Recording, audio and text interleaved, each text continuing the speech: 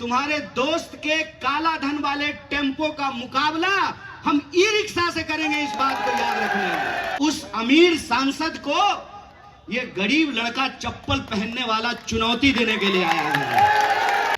जब जब कंस पैदा होता है तब तब कन्हैया का भी जन्म होता है। कि हमने आपकी जेलें देखी है साहब, और हमने आपकी लाठियां भी देखी हैं, हम आपके तोपों को भी देखेंगे, लेकिन याद रखिएगा ये भारत की भूमि है, ये भारत की धरती है।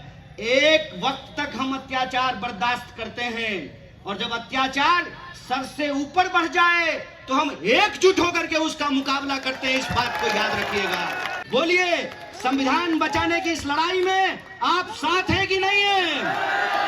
आप जितना अपने सांसद को 10 साल में नहीं देखे हैं, उससे दुगना हम आपको 10 दिन में उनका दर्शन कराएंगे। सिर्फ सांसद का नहीं, सांसद तो दूल्हा हैं, पूरी की पूरी बारात और पूरी जमात को सड़क पे उतार करके लाएंगे।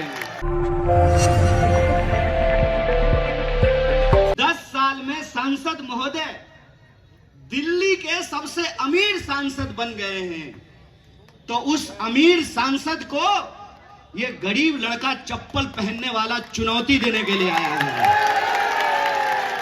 ये चुनौती देने के लिए आया है कि देखते हैं तुम्हारे देश दोस्त के टेम्पो में कितना काला धन है। तुम्हारे दोस्त के काला धन वाले टेम्पो का मुकाबला हम ई रिक्शा से करेंगे, इस बात को याद रखना।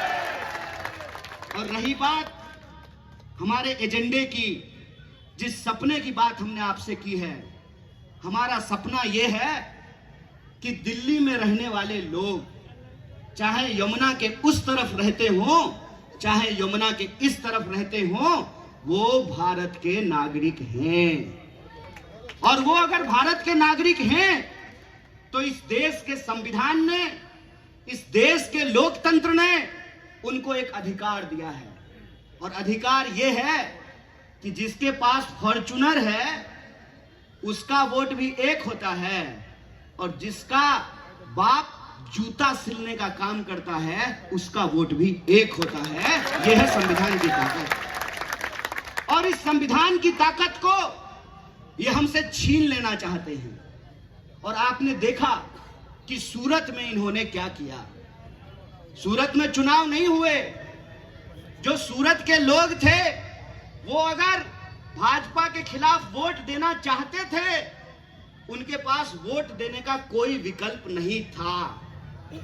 कई सारे लोगों ने यह शिकायत किया कि आप हमारी गली में नहीं आए हैं, आप हमारे मोहल्ले में नहीं आए हैं, हमने आपको सिर्फ YouTube पे देखा है।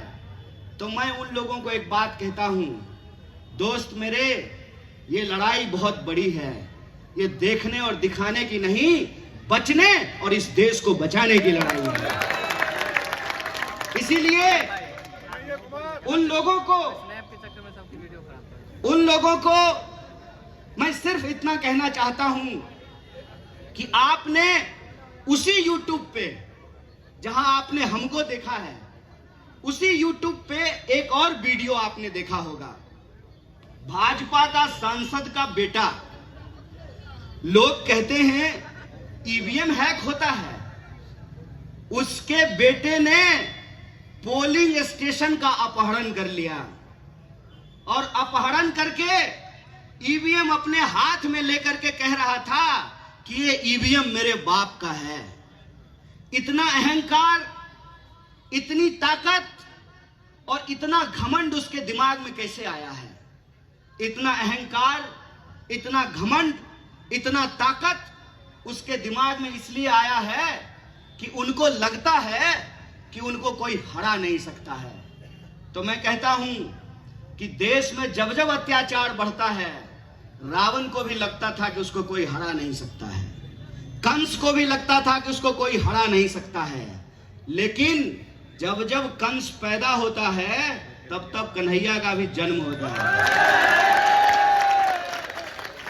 इनको यह लगता है कि लोकतंत्र को ये जेल में बंद कर देंगे, विपक्ष की एक एक आवाज को, चाहे वो नौजवान हो, विद्यार्थी हो, पत्रकार हो, लेखक हो, साहित्यकार हो, फिल्म बनाने वाला हो, एक एक इंसान को जो इनके खिलाफ आंख में आंख डाल करके सवाल पूछता है, उसको पकड़ करके ये जेलों में बंद कर देते हैं। तो मैं कहना चाहता हूं कि हमने आपकी जेलें देखी है साहब, और हमने आपकी लाठियां भी देखी हैं, हम आपके तोपों को भी देखेंगे, लेकिन याद रखिएगा ये भारत की भूमि है, ये भारत की धरती है।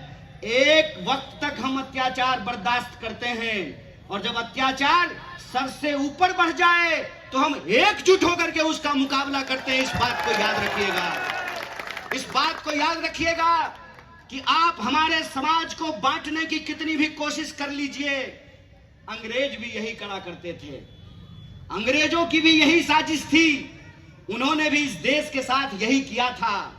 लेकिन जब अंग्रेजों का अत्याचार बढ़ा तो एक साथ राम प्रसाद बिस्मिल भी पैदा हुए और अशफाक उल्लाह खान भी पैदा हो गए थे। ये याद रखिएगा कि इस धरती से प्रेम करने वाले लोग, चाहे उनका नाम कुछ भी हो, उनका धर्म कुछ भी हो, वो रहते किसी भी इलाके में हैं, जब बात देश की आएगी, जब बात संविधान की आएगी, जब बात लोकतंत्र की आएगी, तो हम तमाम लोग एकजुट होकर के इसका मुकाबला करेंगे। बोलिए, संविधान बचाने की इस लड़ाई में आप साथ हैं कि नहीं हैं? अगर आप साथ हैं तो मैं आपको एक मजेदार बात बताता हूं। पहली बार जब मैं उत्तर पूर्वी दिल्ली में प्रत्याशी बना तो मैं लोगों से बात कर रहा था, तो सारे लोग यही कह रहे थे कि हमने सांसद को देखा नहीं है 10 साल में। हम बोले चिंता मत कीजिए, आप जितना अपने सांसद को 10 साल में नहीं देखे हैं, उससे दुगुना हम आपको 10 दिन में उनका दर्शन कराएंगे। और सिर्फ सांसद का नहीं, सिर्फ सांसद का नहीं, सांसद तो दूल्हा है, पूरी की पूरी बारात और पूरी जमात को सड़क पे उतार करके लाएंगे। अभी सांसद महोदय गली गली घूम रहे हैं, हम आपको दिखे ना दिखे, आपको हम प्रधानमंत्री से भी मुलाकात करवाएंगे, कई सारे मुख्यमंत्रियों से भेंट करवाएंगे, कई सारे मंत्रियों से भेंट करवाएंगे, सारे दोस्त इनके आएंगे और आपकी गलियों में जो है जुगनू की तरह जो है चमकेंगे, जुगनू की तरह। लेकिन ध्यान बस एक बात का रखना है, इस 10 दिन में 10 साल को नहीं भूलना है। इस 10 दिन में जो बात कही जाएगी, उसके प्रभाव में आए बिना जो आप 10 साल से झेल रहे हैं, उस बात को नहीं भूलना है।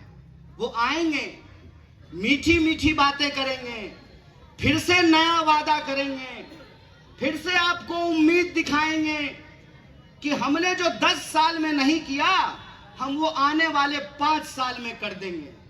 तो मैं एक बात पूछना चाहता हूं, कितना बार बेवकूफ बनेंगे? 1 बार, 2 बार, तिबारा बेवकूफ बनना चाहते हैं क्या? वो इस क्षेत्र की जनता को अपमानित कर रहे हैं। उन्होंने अपमानित किया। दिल्ली में 7 सीट है, 7 में से 6 पे कैंडिडेट बदल दिया, इस पे कैंडिडेट नहीं बदला।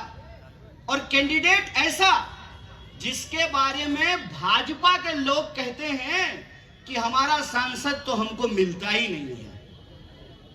कड़वा चौथ का चांद भी दिख गया, ईद का चांद भी दिख गया। कितना कड़वा चौथ और ईद हो गया, लेकिन उनका हंसता हुआ नूरानी चेहरा नहीं दिख पा रहा इस क्षेत्र के लोगों को।